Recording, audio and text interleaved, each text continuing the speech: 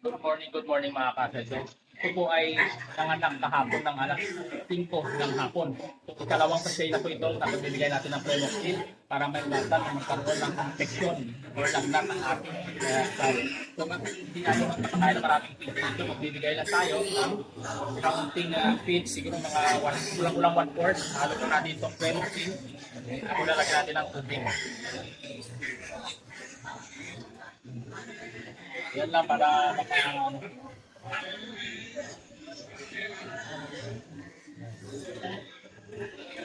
Ayan lang po yung ginagawa namin dito. Pinapainom natin ng Prenoxil kapag nanganak. 3 consecutive days po yan. Ayan mga kasentro, kahit gusto pa ng ating tao kumain ng feeds, hindi po natin ito bibigyan ng marami para maiwasan po natin na magkaroon ng mastitis o inflammation sa kanyang dede dahil nga ang kanyang biik ay hindi pa po ito dumidede ng marami. So, kaunti lang po, yun, counting feeds lang, isang sachet ng Prenoxil.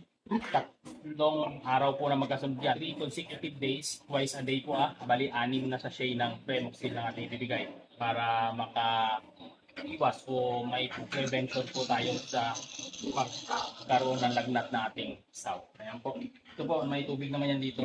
Yan po yung mga piglets niya. Yan. Kagabi lang po yan pinanganak. Yan, hanggang dito na lang mga kasenso.